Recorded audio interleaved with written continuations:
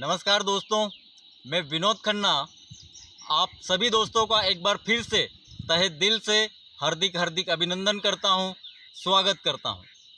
दोस्तों, आज मैं देश में कुछ चल रहे हैं मुद्दों को लेकर जनता के बीच में अपनी बात रखना चाहूँगा और इसे मैं नाम भी देना चाहूँगा जनता की अदालत।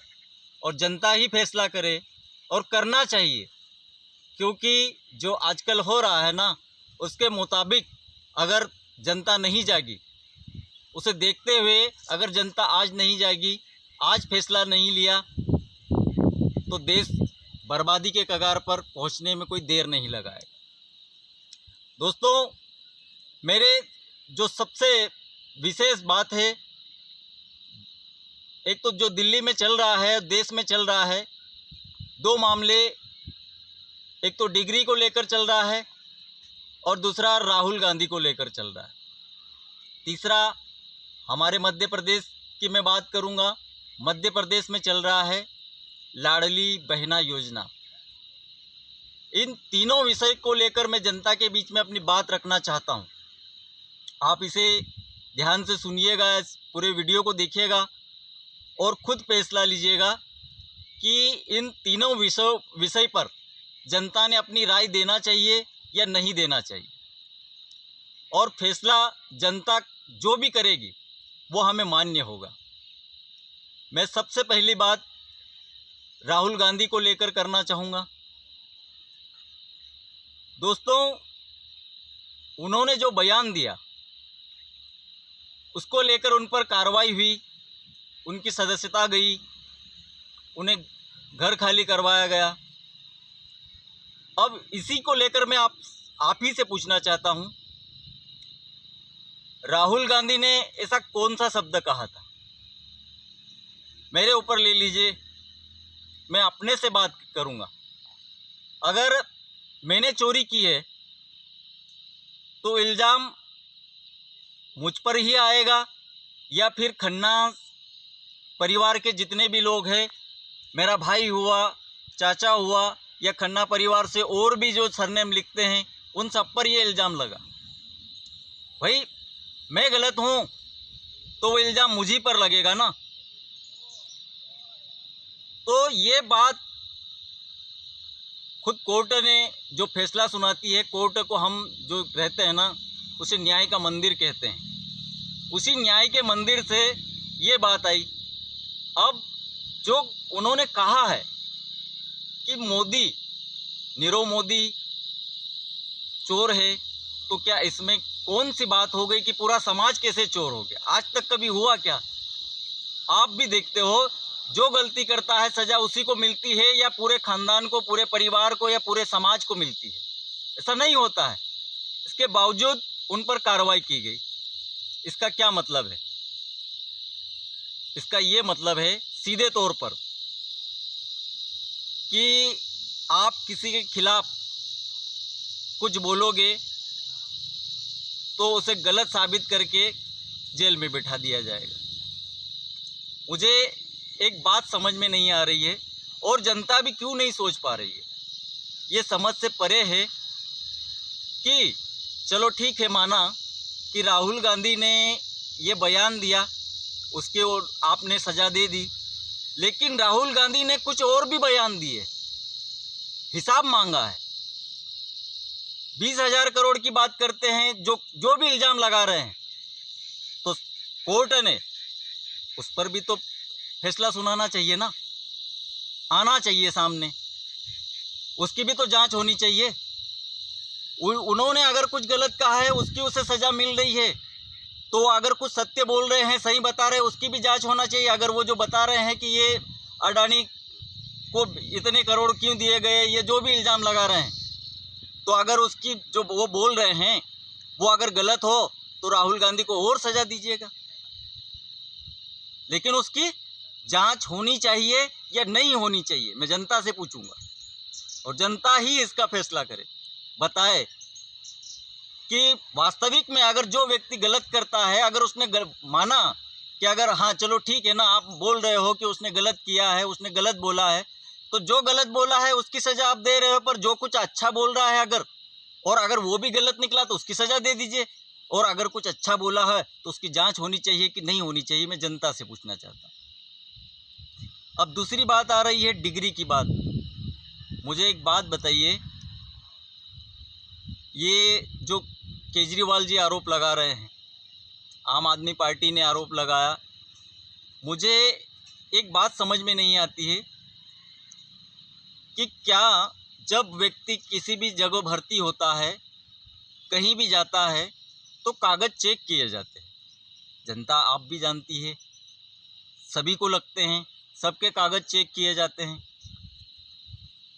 तो क्या तब जब उन्होंने जमा किए होंगे और दिखाई होगी और बताया होगा, जबकि लोग पूरे देश ने देखा है वो वीडियो और वायरल हो रहा है, चल रहा है, जिसमें मोदी जी ने खुद ने कहा कि मैं पढ़ा लिखा नहीं हूँ, कम हूँ, बहुत कम पढ़ा लिखा हूँ। इसके बाद में जो डिग्रियां बताई जा रही है, अगर वो फर्जी है तो जिस प्रकार से राहुल गांधी को या अन्य लोगों को तुरंत सज़ा मिल रही है, उसी प्रकार से प्रधानमंत्री पर भी कार्रवाई होनी चाहिए। क्यों नहीं हो सकती है? देश का कानून तो सबके लिए बराबर है ना, हो सकती है, जांच करवाइए ना उसकी। वो अगर बोल रहे हैं ना कि ये गलत बोल रहे हैं, जो भी आप पे आरोप लगा रहे हैं, मैं कहता हूँ ना, हमारे देश के सम्मानीय प्रधानमंत्री हो आप, सबके प्रधानमंत्री, किसी एक के नहीं हो, लेकिन जो आप पर आरोप लगाया जा रहा है उसका जवाब देना, उसकी जांच करवाना भी तो आपका काम है। आप सबकी जांचें करवाते हो, सब पे जिस पे भी आरोप लगता है उसे तुरंत आपका कानून सजा दे रहा है। तो जांच एजेंसियां तो बहुत सारी पड़ी हुई है, क्या वो इन आरोपों को की जांच नहीं कर सकती है क्या? ये जनता खुद सोचे और खुद बताए। मैं जानता हूं कि किसी भी पर भी आरोप लगाना इतना आसान नहीं है। मैं भी आरोप नहीं लगा रहा हूं, मैं जो वहां पर चल रहा है वही बात जनता के बीच में रखना चाह रहा हूं। अगर अरविंद केजरीवाल जी और जो भी उनसे जुड़े लोग हैं, वो डिग्री को लेकर आप पर जो इतने भयंकर इल्ज़ाम लगा रहे हैं, तो उसकी जांच की जाए। और अगर आप सही हो, आपको पूरा देश मानेगा। वो गलत हैं, उन्हें आप फांसी पे लटका दो। सजा देने का कानून नहीं है क्या हमारे देश में? या कानून किसी और के कहने पे चल रहा है क्या? जो आरोप लगते हैं ये साबित कीजिए। आप अरविंद केजरीवाल को उठा के जेल में डालिए अगर वो गलत है, और अगर आप गलत हो तो आपको स्वीकार करना पड़ेगा देश के सामने। अहंकार नहीं दिखा सकते हो आप। जनता से मैं कहना चाहूँगा कि इस बात को आप उठाइए, कहिए, जिस प्रकार से मैं अपनी बात कह रहा हूँ। सबको अधिकार बनता है और कहना चाहिए।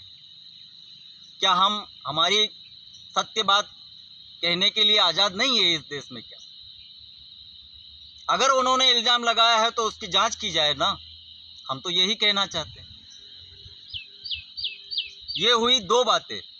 अब तीसरी बात मैं करना चाहूँगा, मध्य प्रदेश में जो चल रही है लाडली बहना योजना। मेरा उन बहनों से, उन युवाओं से और मुख्यमंत्री शिवराज सिंह जी चौहान से मेरे कुछ सवाल हैं, मैं आपके बीच में रखना चाहूँगा और आप खुद बताइएगा। मुझे एक बात बताइए, लाडली बहना योजना में 1000 रुपये जो दिए जा रहे हैं, ये पैसा कहाँ से जाता है सरकार के पास? हमारे द्वारा। जो भी आप फ्री की चीज़ लेना चाह रहे हो, लेते हो, वो किसके का पैसा रहता है? हमारा रहता है। वही पैसा बट रहा है।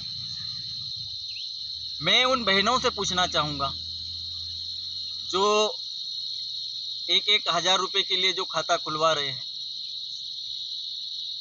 इसकी उम्र तय की गई है। सबसे पहला सवाल, इसकी उम्र तय की गई है 23 साल से 60 साल। शिवराज सिंह जी चौहान जी, मुख्यमंत्री जी, मुझे एक बात बताइए कि पैसे की आवश्यकता सबसे ज़्यादा कब लगती है, बुढ़ापे में या जवानी में? जब 60 की उम्र होगी तो पैसा बंद हो जाएगा, या 60 से ऊपर वालों को पैसा जो मिल रहा है, वृद्धा पेंशन जो मिलती है, तो क्यों ऐसा? बहनों में जो है उसे जो जीवन पर्यंत अगर आप देना ही चाह रहे हो तो जीवन पर्यंत क्यों नहीं? दूसरा सवाल मेरा ये है कि आप एक बात बताइए कि अगर आज गांव में अगर 200 महिलाएं हैं, 200 महिलाओं को 1,000 रुपये महीना का जो डल रहा है, अगर वही पैसा एक घर में अगर किसी को रोजगार दिया जाता, किसी को नौकरी दी जाती, तो जो आप कह रहे हो ना, उस बहना को भी वो भी खुश रहती, यही नहीं उसके पूरे परिवार को चला लेता वो व्यक्ति। जरूरत कहाँ नहीं है नौकरियों की, मैं बता रहा हूँ ना आपको। मैं इसलिए तो बोलता हूँ, हमने गांव में जाना इसलिए छोड़ा कि हम रोज भी दिखाएंगे कि यहाँ डॉक्टर नहीं है। क्या होता है? डॉक्टर की भर्ती होती है क्या? यहाँ मास्टर नहीं है, क्या होता है? मास्टर की भर्ती होती है क्या? नहीं होती है। तो ये जो पद खाली पड़े हुए हैं ना, ये पैसा इसमें काम में लेते तो हम आपको दिल से धन्यवाद देते। सीधा सवाल आपसे करना चाहता हूँ, क्या ऐसा नहीं हो सकता है क्या? 10,000 रुपये महीने की भी नौकरी व्यक्ति पाने के लिए अगर अपने गांव में मिलती है, अपने किसी को मिलती है, कहीं भी मिलती है, आज करोड़ों युवा डिग्रियां लेकर बेरोजगार घूम रहे हैं, तो क्या उन्हें ये अधिकार नहीं मिल सकता था? उन्हें ये नौकरियां नहीं मिल सकती थी? उन्हें रोजगार नहीं मिल सकता था? अरे छोड़िए उस बात को। मैं तो कहता हूं कि आप जो आत्मनिर्भर भारत का नारा लगाते हो, जो अभियान चला रहे हो, मुझे बताइए कि क्या 10,000 रुपये का लोन देकर आप उन्हें आत्मनिर्भर बना रहे हो? आप क्यों नहीं ऐसा कर रहे हो कि अगर आपके खेत में आप आलू पका रहे हो तो उसकी मशीन आपको दी जाएगी, लोन दिया जाएगा, मशीन दी जाएगी। उस मशीन से किसान स्वयं अपने जो फसल पक रही है, उससे उसी आलू से जो चीज़ बनती है, चिप्स बनते हैं, वो उसकी मशीन अगर मिल गई, वही बनाकर वही पैक करके वो बेचेगा, तो दोनों आत्मनिर्भर बनेंगे। तब बनेगा आत्मनिर्भर भारत। इसके लिए आप लोन दीजिए ना, युवाओं को लोन दीजिए, बहनों को लोन दीजिए। आप 1,000 रुपये महीने में, 1,000 रुपये महीना आज की तारीख में, इस महंगाई के दौर में, आपको पता है ना, घर से निकलते हो तो टैक्स चालू हो जाता है। हम किस किस बात पर टैक्स दे रहे हैं? क्या भाव था, क्या भाव में आज भोजन की थाली हो रही है? खाना मुश्किल हो रहा है, रोज का खर्चा इतना है। देना हो तो रोजगार दीजिए। जनता ने ये आवाज़ उठानी चाहिए, जनता ने बाहर निकलना चाहिए, मांग करना चाहिए। मैं सोशल मीडिया के माध्यम से आप तक, सब तक नहीं पहुंच सकता हूं, सोशल मीडिया के माध्यम से पहुंचना चाहता हूं, उसके माध्यम से अपनी बात बता रहा हूं। युवाओं, बहनों, मांगना हो ना तो परमानेंट ऐसी चीज़ मांगिए। मुझे बताइए कि उन्होंने तय कर दिया कि मारुति नहीं होना चाहिए, ये नहीं होना चाहिए, 5 एकड़ से ऊपर ज़मीन नहीं होना चाहिए। तो जब तुमको पता है कि इतने लोग गरीब है, इतनों के पास कार नहीं है, इतनों के पास ज़मीनें कम हैं, तो उतनों को रोजगार देना चाहिए ना। उतनों को ऐसा बनाना चाहिए कि वो कार ले सके। समझ रहे हो ना मेरी बात को? जिनके पास कार नहीं है ना, उसे कार लेने के काबिल बनाइए, तब बनेंगे आपका आत्मनिर्भर भारत और देश बदलेगा। ऐसी योजनाएं लेके आते हैं, इस प्रकार से ये करेंगे। युवाओं को जागना होगा, मांगना होगा, लड़ना होगा, सवाल करने होंगे। हम पूछ रहे सवाल आपको भी पूछना पड़ेगा, प्रत्येक युवा को पूछना पड़ेगा। वास्तविकता है।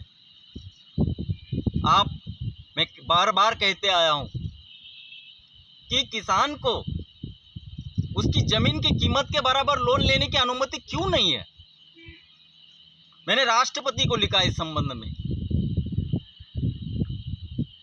प्रदेश के मुखिया कमलनाथ थे, उनको भी लिखा था, उनकी सरकार थी। जब राष्ट्रपति को लिख दिया तो बात ही खत्म हो गई। मैंने कहा कि कर्ज में डूबा हुआ व्यक्ति आज तुम उसको 1-2 लाख रुपए माफ कर देते हो, इससे क्या होगा? किसान की परेशानी आ जाती है, कभी बारिश हो जाती है, अभी आपने देखा कभी बारिश आ गई, कभी बारिश कम हुई, कभी ज़्यादा हो गई, कोई शादी आ गई, कोई घर में शांत हो गया, कोई बीमार पड़ गया। मतलब जो कर्ज में डूबा है, मुझे बताइए, एक मार्कशीट पर, एक कागज पर करोड़ों को लोन देते हैं और वो व्यक्ति भाग जाता है। जो राहुल गांधी ने इल्जाम लगाया नीरव मोदी पे, मुझे जनता बताए, इस देश का प्रधानमंत्री बताए, मुख्यमंत्री बताए, साहब आप अगर किसान पर भरोसा करोगे, उसे उसकी ज़मीन की कीमत के बराबर लोन लेने की अनुमति दोगे, तो वो किसान और अपने बेटे को स्वयं आत्मनिर्भर बना देगा। जितना पैसा चाहिएगा वो मशीन भी खरीद लेगा, वो ट्रैक्टर भी अपने खेत के लिए ले लेगा, सब कुछ कर सकता है। ये क्यों नहीं दिया जाता? आत्मनिर्भर भारत बनाने की बात कर रहे हो, ये करोड़ों रुपए लेकर जो भाग जाते हैं, मुझे आप बताइए, किसान भाग सकता है, उसकी ज़मीन तो नहीं भाग सकती ना। फिर बेच देना आप, अडानी ग्रुप को बेचो तो अडानी ग्रुप को बेच सकते हो, दूसरा कोई कंपनी चलाने वाला हो तो उसे बेच दीजिएगा। लेकिन पहले विश्वास तो कीजिए कि किसान का बेटा भी मशीन चला सकता है या नहीं चला सकता है। उसे ट्रेनिंग दीजिए, उन्हें बताइए गेहूं से क्या क्या चीज़ें बनती है, वो प्रोडक्ट बनाने की मशीनें दीजिए, उन्हें लोन दीजिए। किसान और जवान दोनों परेशान हैं। ये तुम्हारी इस तरह से योजनाएं लाने से, फ्री में बांटने से, 5 किलो गेहूं देने से, 5 किलो में आप एक महीना निकाल के दिखा दीजिए। आप गरीबों पे कोई एहसान नहीं कर रहे हैं, उन्हें अधपेटा भूखा मार रहे हैं। 5 किलो जितने दिन तक पूरे वहाँ तक खाओ, उसके बाद में जय सिया राम। यही हो रहा है। इसीलिए मैं जनता से भी कहना चाहता हूँ कि अपना हक, अपना अधिकार मांगना पड़ेगा। इन्हें बताना पड़ेगा कि हमें ये चाहिए, इनसे ये मांगो। क्या हुआ था अभी कुछ दिनों पहले, पैसा एक्ट कानून लागू हुआ, बहुत प्रचार हुआ, यहाँ भी कार्यक्रम, वहाँ भी कार्यक्रम, लाखों करोड़ों रुपए खर्च प्रचार करने में खर्च किए। हुए कि नहीं हुए? सारा प्रशासन, सारे अधिकारी कर्मचारी उसका प्रचार करने में लग गए। क्या फायदा मिला? कुछ हो रहा है किसी को लाभ? कोई बना, कोई करोड़पति बन रहा है, कोई मारुति ले रहा है, कोई नौकरी पे लग रहा है, या गांव आत्मनिर्भर बन रहा है उससे? किसी के कुछ काम चल रहे हैं, हो रहे हैं कुछ? क्या फायदा मिला? अगर वही प्रचार करने का पैसा अगर काम देने में, वृक्षारोपण करवाने में, मनरेगा के काम करवाने में अगर उपयोग किया जाता तो लोगों की जेब में कुछ तो पैसा आता। उसका प्रचार करने में मात्र। यही काम अभी भी धड़ल्ले से चल रहा है। मैं तो खुले तौर पर कहना चाहूँगा, कि ये बहनों को रिझाने के लिए 1-1 हज़ार रुपये आज आपको दिए जा रहे हैं। ठीक है, ये हमारे ही बच्चों का भविष्य खराब करने वाली बात। बहनों, आप मांगिए ना अपने भाई से, जो मामा कहते हैं, जो अपने आप को आपका भाई कहते हैं, तो उस भाई को कहिए कि हमारे बच्चों को रोज़गार दे दीजिए साहब। मेरा बच्चा पूरे परिवार को, अपनी बहन को भी पाल लेगा और इस देश को भी आगे बढ़ाने में मदद करेगा। मांगना हो ना तो ये मांगिए। ये तीनों जो मैंने बात की है, इन तीनों बातों पर, तीनों मुद्दों को लेकर विचार कीजिएगा, फैसला दीजिएगा और बताइएगा कि मैं गलत हूँ, मेरी बात गलत है, या मेरे कुछ ऐसी बातें हो जो आपको लगे कि इन्होंने गलत बोली, तो उसकी भी सज़ा दीजिए।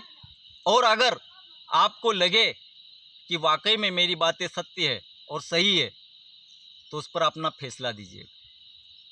सभी दोस्तों को जय माँ भारती, जय माँ प्रकृति। धन्यवाद।